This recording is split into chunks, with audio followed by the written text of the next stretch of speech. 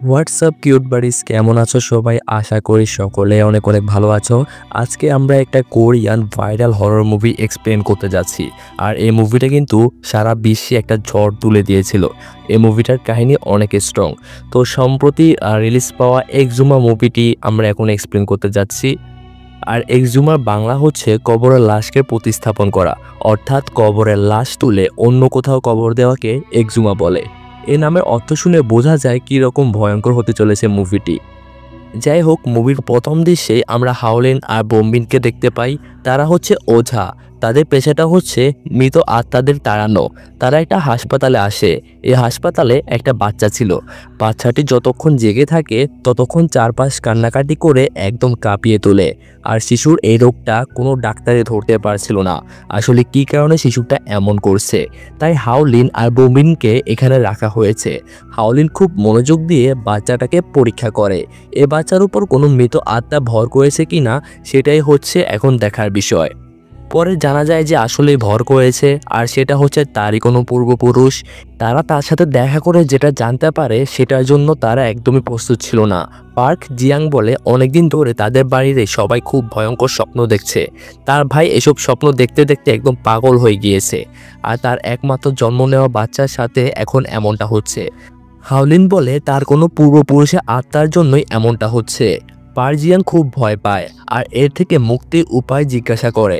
হাওলিন বলে ওই পূর্বপুরুষের লাশটা যদি ওই কবর থেকে কোনোভাবে তুলে অন্য কোথাও কবর দেওয়া যায় অথবা নিয়ম মেনে পুড়িয়ে দেওয়া যায় তাহলে আত্মাটা হয়তো মুক্তি পেতে পারে। তখন সে আর বিরক্ত করবে না। এরপরের দৃশ্যে দেখা যায় সিং সাং নামের একটা লোককে। তিনি কবর স্থাপনে কাজ করেন। তার একটা সহকারীও রয়েছে যার নাম হচ্ছে ইয়ংগেল। তারা দুজন একটা রেস্টুরেন্টে বসে খাচ্ছিল। ওই রেস্টুরেন্টে তখন হাওলিন আর বোমবিন তাদের সাথে দেখা করতে আসে। হাওলিন তাদের বলে আপনাদের একটা কাজ করে দিতে হবে। কাজটা হচ্ছে একটা কবর খুঁড়ে লাশটাকে অন্য একটা কবরে রাখতে হবে।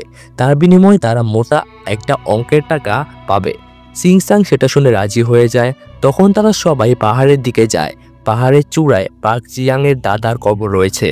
হাওলিন বলছে ওই বুড়ো দাদাই পরিবারের সবাইকে ভয়ঙ্কর পরিস্থিতিতে ফেলে দিয়েছে। অবশেষে তারা পাহাড়ের চূড়ায় উঠে যায়। যাওয়ার সময় তারা বন্য প্রাণীদের মধ্যে অদ্ভুত আচরণ লক্ষ্য করতে পারে। বিশেষ করে একটা গাছের গোড়ায় কয়েকটি শিয়াল যেভাবে দাঁড়িয়েছিল সেটা থেকে মনে হবে যে প্রেতাত্মা দাঁড়িয়ে রয়েছে। সেখানে গিয়ে পার্ক জিয়াং তার দাদার কবরটি দেখিয়ে দেয়, কিন্তু কবরের গায়ে কোনো নাম ফলক দেখা যাচ্ছিল না। সেটা সিংসাং খেয়াল করছিল।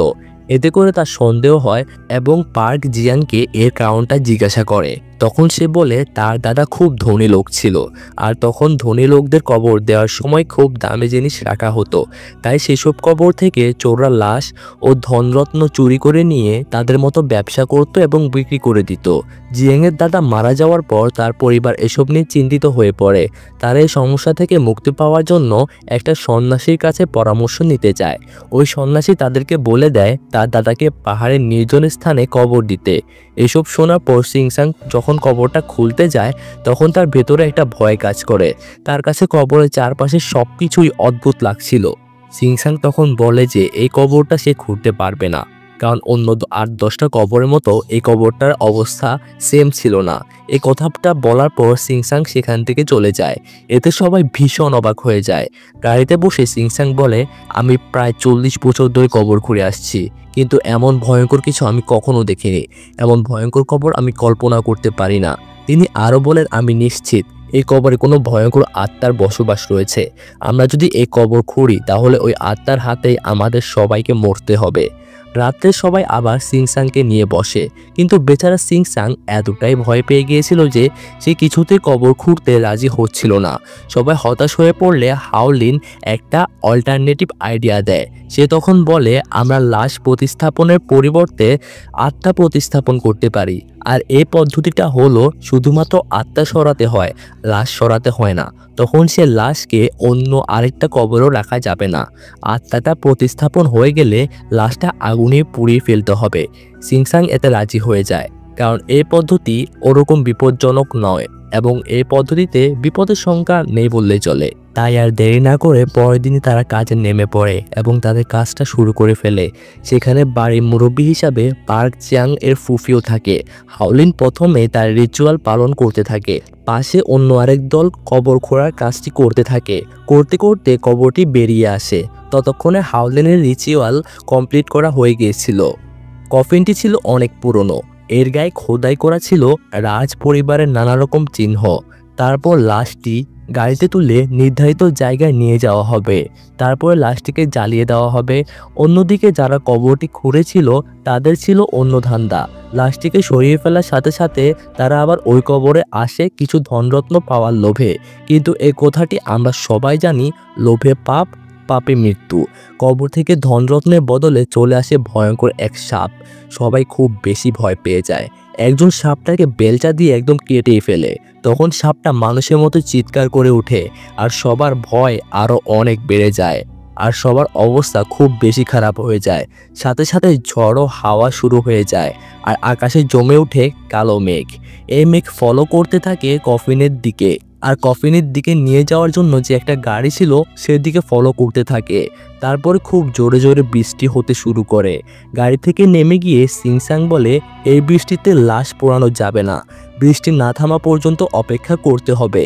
তারপরে নিরুপায় হয়ে লাশটিকে হাসপাতালে নিয়ে যাওয়া হয়। আজকের রাতটা এখানে লাশটাকে রেখে কালকে বৃষ্টি থামলে এরপর পোড়ানো হবে।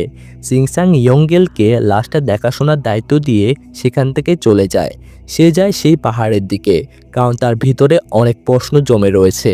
নানা প্রশ্নের উত্তর খোঁজার জন্য সে হাজির হয় ওই পাহাড়ের উপরে একটা মন্দিরে। এই মন্দিরে সে সন্ন্যাসী ছিল যে পার্ক জিয়াংয়ের দাদাকে পাহাড়ের চূড়ায় কবর দিতে বলেছিল। সিংসারের ডাক শুনে বেরিয়ে আসে মন্দিরের বর্তমান পুরোহিত।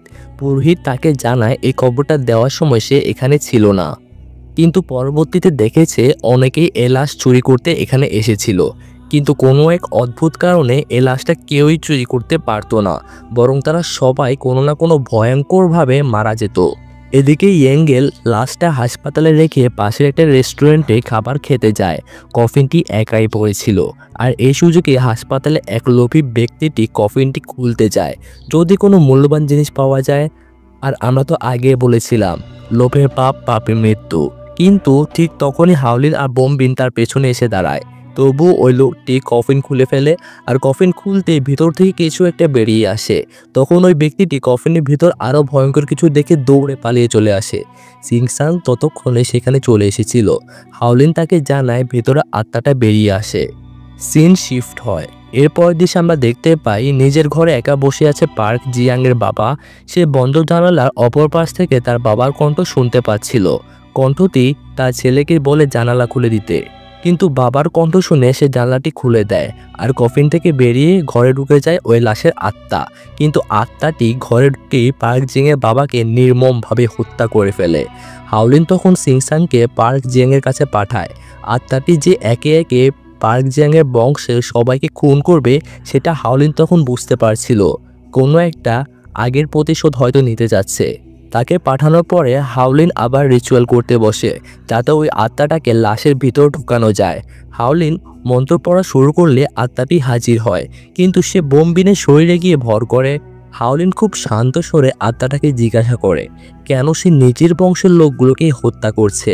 আত্মাটা তখন হাওলিনকে বলে, অনেক পবিত্র কবরস্থান থাকার পরেও আমার পরিবার আমাকে কবর দিয়েছিল একটা অপবিত্র জায়গায়। ওখানে আমি এতদিন অনেক কষ্ট করেছি, তাই আমি মুক্ত হয়ে প্রতিশোধ নিতে চাই। আমি আমার বংশের সবাইকে আমার সঙ্গে নিয়ে যেতে চাই। কথাটা বলার শেষে আত্মাটি বোমবিনের শরীর ছেড়ে চলে যায়। পরের দৃশ্যে দেখা যায় পার্ক জিয়াংয়ের ফোনে সিংসানের কল আসে। পার্ক জিয়াং ফোন রিসিভ করলে সিংসান বলে জানলাটা খুলে দিতে। যখন সে জানলাটা খুলতে যায় তখন সিংসাং দরজায় নক করে। পার্ক জিয়াং ভয় পেয়ে যায়। সে বুঝতে পারে না যে কোনটা আসল সিংসাং। আসলে যে আত্মাগুলো হয় তারা কিন্তু যে কোনো কিছু রূপ ধারণ করতে পারে। সে চাইলে তোমার রূপও ধারণ করতে পারে, আমার রূপও ধারণ করতে পারে। তো এখন আসল প্রশ্নটা হচ্ছে যে আসল সিংসাং কোনটা, দরজার কাছেরটা নাকি জানালাটা? অনেক চিন্তা ভাবনা পরে সে জানলাটা খুলে দেয়। সাথে সাথে একটা দমকা হাওয়া জানলার ভেতর দিয়ে ঢুকে পড়ে। ওদিকে দরজা ভেঙে ঢুকে সিংসাং পড়ে আর সে দেখতে পায় যে পাক জিয়াং জানলার পাশে স্থির হয়ে দাঁড়িয়ে রয়েছে, তার মুখ থেকে রক্তবমি হতে থাকে। এরপর সিংচান একের পর এক পানির বোতল মুখে ঢালতে থাকে। সিংচান ওর দিকে ঘুরে তাকাতে এবং ওকে ডাকতে থাকে। তখন পাক জিয়াং নিজের ঘাড় নিজে মোটকে সেখানেই মারা যায়। কি একটা ভয়ঙ্কর দৃশ্য ছিল সেটা। পাক জিয়াংয়ের নিজের দাদার প্রেতাত্মা তার জান নিয়ে নিল। এখন শুধু বাকি থাকলো পাক জিয়াংয়ের শিশুপুত্র, যে এখনো হসপিটালে রয়েছে। এখন লাশটা পোড়ানো ছাড়া আর কোনো উপায় নেই। আত্মা প্রতিস্থাপন না করেই সবাই লাশটি চুল্লির কাছে নিয়ে যায়। তারা পার্ক জিয়াংয়ের ফুফির কাছে কল দিয়ে লাশটি পোড়ানোর অনুমতি চায়। ওদিকে ততক্ষণে হাসপাতালে পৌঁছে গিয়েছে আত্মাটি হাত বাড়িয়ে বাচ্চাটির দিকে যেতে থাকে। আত্মার হাত দুটি যখন শিশুটির গলার কাছে চলে আসে, তখনই পার্ক জিয়াংয়ের ফুফি লাশটি পোড়ানোর অনুমতি দেয়। সাথে সাথে লাশটা পোড়ানো শুরু হয় এবং তখন আত্মাটা দুর্বল হতে শুরু করে। দুর্বল হয়ে পার্ক জিয়াংয়ের আত্মাটি আস্তে আস্তে ধ্বংস হতে থাকে। আর তখনই বাচ্চাটা বেঁচে যায়। এখন তো তোমাদের মনে হতেই পারে যেহেতু ওই আত্মাটা দুর্বল হয়ে গিয়েছে, চলে গিয়েছে, মুভিটা মনে এখানে শেষ। কিন্তু না, আসল খেলা তো এখন শুরু হয়েছে। পরের দিন সিংচান চলে যায় সেখানে যে লোকটা কবর থেকে উঠে আসা সাপটাকে কেটে ফেলেছিল। তার কাছে জানতে চায় ওই দিন কি হয়েছিল। সে ওই দিন সাপটাকে মেরেছিল যে সেটা কোনো সাধারণ সাপ ছিল না এমনটাই জানায়। ওই ঘটনার পর থেকে সে রাতে ঘুমাতে পারে না। ঘুমাতে গেলেই সাপগুলো তার স্বপ্নে চলে আসে। তখন সিংচান বুঝতে পারে ওই কবরে কোনো ঝামেলা রয়েছে। তখন সবাইকে নিয়ে কবরের কাছে চলে যায়। ওই কবরটি খুঁড়তে থাকে। খুঁড়তে খুঁড়তে সেখানে আরেকটি কফিন পাওয়া যায়। তার মানে পার্ক জিয়াংয়ের দাদার কবরটি ছিল আরেকটি কবরের উপর। এটি ছিল সবার ধারণার বাইরে এবং এটা ছিল একটা টুইস্ট। তখন কিছু শিয়াল সেখানে এসে ভিড় জমায়। তারা সবাই মিলে কফিনটি উপরে তোলার চেষ্টা করে, কিন্তু এটা ছিল কাটা তারে মোড়ানো। রশি দিয়ে বেঁধে কফিন উপরে তোলা হয়। আর উপরে তোলার পর সবাই অবাক হয়ে যায়, কারণ কফিনটি ছিল অস্বাভাবিক লম্বা। সবাই ধরো কফিনটি গাড়িতে তুলে কফিনটি নেওয়া হবে সেই সন্ন্যাসী মন্দিরে। কফিনটি নিয়ে মন্দিরে রাখা হয় আজ রাতে এখানে থেকে। এরপর পরের দিন সেখানে এবং সকালে কফিনটি খোলা হবে। তারপর হাওলিন মন্ত্র পড়ে কফিনটির চারপাশ সিল মেরে দেয়, যাতে আত্মাটা এর মাছ থেকে বের না হতে পারে। এরপর সবাই রাতের খাবার খেয়ে ঘুমিয়ে পড়ে। তবে হাওলিন গাড়ির ভিতরে থেকে যায়। সবাইকে চমকে দেওয়ার মতো একটা ঘটনা ঘটে ওই দৃশ্যে। হাওলিনের পিছনের সিটে একটা আত্মা দেখতে পাওয়া যায়, কিন্তু এখানে ভয়ের কিছু নেই। এটা আসলে তার শাশুড়ির আত্মা। হাওলিনের যখন কোনো বিপদের সম্ভাবনা থাকে, তখন তার শাশুড়ির আত্মা তাকে রক্ষা করার জন্য চলে আসে। রাতে বোম বিনে ঘুম ভেঙে যায় এবং সেজন্য সে বাইরে চলে আসে। তখনই সে পাশের খামার থেকে একটা শব্দ পেয়ে খামারের দিকে দৌড়ে চলে যায়। সেখানে গিয়ে সে যে দৃশ্য দেখে সেটা দেখার জন্য সে একদমই প্রস্তুত ছিল না। সে কারো একটা খামারের মধ্যে সব পশুকে মেরে ফেলছে এমন একটা দৃশ্য দেখতে পায়। আর খুনি মৃত পশুগুলোর পাশে বসে তাতে মাংস খাচ্ছে। আর একটু দূরে মন্দিরের পুরোহিতের লাশ পড়ে রয়েছে। বোমবিন সময় নষ্ট না করে তাড়াতাড়ি চলে যায় হাওলিনের গাড়ির কাছে। হাওলিন সব সময় গাড়ি থেকে বের হয়ে আসে, কিন্তু তার শাশুড়ির আত্মা তাকে আটকানোর চেষ্টা করে। তবুও বের হয়ে হাওলিন বোমবিনকে সাথে করে কফিন রাখা যে ঘরে রাখা ছিল সেটার দিকে যায়। গিয়ে দেখে যে কফিনটি ভাঙা। হাওলিন মন্ত্র পড়ে কফিনের চারদিকে সিল করেছিল ঠিকই, কিন্তু উপরের ঠিকই খোলা ছিল। তাই কফিন ভেঙে ওই আত্মাটা ছাদ দিয়ে বের হয়ে গিয়েছিল। বোমবিন তখন ছুটে যায় সবাইকে জাগাতে। হাওলিন তখন একটা হেলমেট দেখতে পায়, বুঝতে পারে আশেপাশে কেউ রয়েছে। তখন একটা বিশাল আকৃতির দেহ দরজায় এসে দাঁড়ায়। হাওলিন দেখে খুব বেশি ভয় পেয়েছে এবং দৌড় দেয়। ওই বিশাল আকৃতির দেহটিও তখন হাওলিনের পেছন পেছন দৌড়ায়। হাওলিন তখন পড়ে যায়। ওই লোকটি তখন হাওলিনকে ধরতেই যাবে, ঠিক তখনই বোমবিন লোকটিকে পেছন থেকে আঘাত করে। আর তখন সে বোমবিনকে গলা চেপে ধরে। বোমবিন আধমরা হয়ে যায়। এবার দানবটি হাওলিনের দিকে এগিয়ে আসে। ওর শরীরে ছিল জাপানি সৈনিকের পোশাক। যখনই সে হাওলিনকে ধরতে যাবে, তখনই মন্দিরের প্রতীকটি খেয়াল করে। এ দানবটি যে দেবতার পূজা করত, এই মন্দিরটি ছিল সেই দেবতার। এটা দেখে সে থেমে যায় আর আগুনের রূপ ধারণ করে ওখান থেকে বেরিয়ে যায়। ওদিকে বোমবিনের অবস্থা খুবই খারাপ, তাই তাকে স্থানীয় একটা হাসপাতালে নেওয়া হয়েছে। সবাইকে হাসপাতালে রেখে সিংচান চলে যায় সে মন্দিরে। এই লোকটার সাহস একটু বেশিই ছিল। সে পুরো মন্দিরটা তন্ন তন্ন করে খুঁজতে থাকে। সেখানে সে একটি পুরনো ডায়েরি খুঁজে পায়। তারপর সে সেখান থেকে চলে যায় সরাসরি একটা পাহাড়ে। সেই পাহাড়ে গিয়ে সে আবারও ওই কবরের জায়গাটি খুঁড়তে থাকে। এদিকে বোমবিনের সাথে হাসপাতালে আরও দুইটি মেয়েকে দেখতে পাওয়া যায়। তারা ছিল বোমবিনের দুই বোন। তারা বুঝতে পারে যে দানব বোম্বিনকে আঘাত করেছিল আর তার আত্মা এখন বোম্বিনের শরীরের ভেতরেই রয়েছে। সেই আত্মাকে হাজির করতে সবাই মন্ত্র পড়তে শুরু করে। আত্মাটি হাজির হলে হাওলিন জানায় সে এই পাহাড়ের পাহাদার। সে জানায় একসময় সে জাপান সেনাবাহিনীর জেনারেল ছিল। এখানে বলে রাখছি 1910 সাল থেকে 1945 সাল পর্যন্ত কোরিয়াকে শাসন করেছিল জাপান। মূলত সেই সময় জাপানি সৈনিক কোরিয়ার এ অঞ্চল শাসন করত।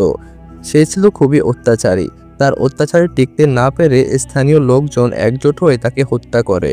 শুধু হত্যাই নয়, ওই মন্দিরে পুরোহিতকে দিয়ে তার আত্মার উপরে অভিশাপ দেওয়া হয়। এজন্য ওই অভিশপ্ত আত্মা কখনো মুক্তি পাবে না। সে শুধু ওই পাহাড়েই ঘুরে বেড়াবে আর পাহাড়কে রক্ষা করবে। এখন তোমাদের মনে একটা প্রশ্ন আসতে পারে, সবকিছু জানার পরেও মন্দিরের পুরোহিত কেন পার্ক জিয়াং এর দাদাকে এখানে কবর দিতে বলেছিল? আমরা প্রথমেই জেনেছি যে এখানে ধনী লোকদের কবরে চুরি করা হতো, তাই পুরোহিত ওই জেনারেশনের কবরের উপরেই ওনার কবর দিতে বলেছে, যাতে করে জেনারেল তার কবর পাহারা দিতে পারে। ওদিকে সিংসাং কবরের মাটি খুঁড়তে গিয়ে দেখে যে তার পায়ের মাটি সরে যাচ্ছে। মাটির ভেতর থেকে বের হয়ে আসে জেনারেলের লাশ। সে তখনই ওখান থেকে দৌড়ে চলে যায়। এই অবস্থা দেখে মনে হতে পারে তার অনেক ভয় লেগেছে, এজন্য সে দৌড়ে পালিয়ে গিয়েছে। কিন্তু ব্যাপারটা মোটেও তেমনটা ছিল না। পরদিন সে সবাইকে নিয়ে সেই পাহাড়ে আবারও যায় আর জেনারেলের লাশটা পুড়িয়ে দেওয়ার প্ল্যান করে, কারণ লাশ না পোড়ালে এর আত্মা একসময় বোম্বিনকে মেরে ফেলবে। সবার মুখে লেখা থাকে একটা মন্ত্র। তারা অনেকগুলো জ্যান্ত মাছ ওই কবরের ভেতর ছড়িয়ে আনতে আনতে দূরে একটি গাছের গোড়ায় নিয়ে আসে। আত্মাটি মাছ খেতে খেতে ওই কবর পর্যন্ত চলে যাবে। তখনই সিংসাং কবরে গিয়ে খুঁজবে এ দানবটির ফিরে আসার কারণ। তারপর তারা আত্মাটিকে ধ্বংস করে তার লাশটি পুড়িয়ে ফেলবে। তারা রাত গভীর হওয়ার জন্য অপেক্ষা করতে থাকে। ধীরে ধীরে রাত গভীর হতে থাকে। এক সময় জেনারেলের আত্মা কবর থেকে বের হয়ে আসে। মাছ খেতে খেতে গাছের দিকে এগোতে থাকে। হাওলিন তখন গাছের পেছন থেকে ধোঁয়া সৃষ্টি করে। জেনারেলের আত্মা তখন মাছ খাওয়া বাদ দিয়ে হাওলিনের দিকে এগিয়ে আসে। অন্যদিকে সিংসাং আর ইয়ংগেল সেই কবরে খোঁজাখুঁজি করতে থাকে। খোঁজাখুঁজি শেষ না হওয়া পর্যন্ত যে করেই হোক দানবটাকে ধরে রাখতে হবে এবং মনোযোগ আকর্ষণ করতে হবে। হাওলিন তাই জেনারেলের আত্মার সাথে সেই সময়কার যুদ্ধের গল্প শুরু করে দেয়। যাই হোক, সিংসাং কিন্তু সেখানে কিছুই খুঁজে পায়নি। এদিকে জেনারেলের সাথে গল্প করলেও প্রথমে সুবিধা করতে পারে না হাওলিন। এক পর্যায়ে জেনারেল হাওলিনের উপর আক্রমণ করে বসে, কিন্তু তাকে রক্ষা করতে এগিয়ে আসে তার শাশুড়ির আত্মা। এ ফাঁকে হাওলিন কবরের দিকে দৌড় দেয়। তখন জেনারেল আত্মা হাওলিনের শাশুড়ির আত্মাকে কুপকাত করে ফেলে। তারপর আগুনের রূপ নিয়ে উড়ে যেতে থাকে তার কবরের দিকে। তখন সেখানে জিনসাও ছিল আর আগুনটা সোজা গিয়ে জিনসাওয়ের মুখে এসে পড়ে। তারপর জেনারেল জিনসের বুকে আঙুল ঢুকিয়ে দেয়। জিনসান মাটিতে লুটিয়ে পড়ে। তখনই হার্লিন তাদের সাথে আনা মন্ত্র পড়া শুরু করে এবং রক্ত জেনারেলের গায়ে দিয়ে দেয়। জেনারেল তখন অদৃশ্য হয়ে যায়। পড়ে থাকে তার হেলমেট, কিন্তু সেই রক্তে হেলমেটটি গলতে শুরু করে দেয়। তখন জিনসান বুঝতে পারে যে এই রক্ত দিয়ে জেনারেলের আত্মা ধ্বংস করা যাবে। তখনই জেনারেল হার্লিনের সামনে এসে পড়ে এবং তার গলা চেপে ধরে। তখন হার্লিনের চোখে ভেসে আসে কিভাবে জেনারেল কবর দেওয়া হয়েছিল এবং সে দৃশ্য আমরা এখন জানতে পারি। জিনসান তখন একটি কাঠের টুকরো জেনারেলের পায়ে ঢুকিয়ে দেয়। ব্যথায় জেনারেল চিৎকার করে ওঠে। সে তখন হাওলিনকে ছেড়ে দিয়ে জিনসানকে চেপে ধরে। সে তখন একটা কোরাল দিয়ে জেনারেলকে কোপাতে থাকে, কিন্তু তাতে তার কিছুই হচ্ছিল না।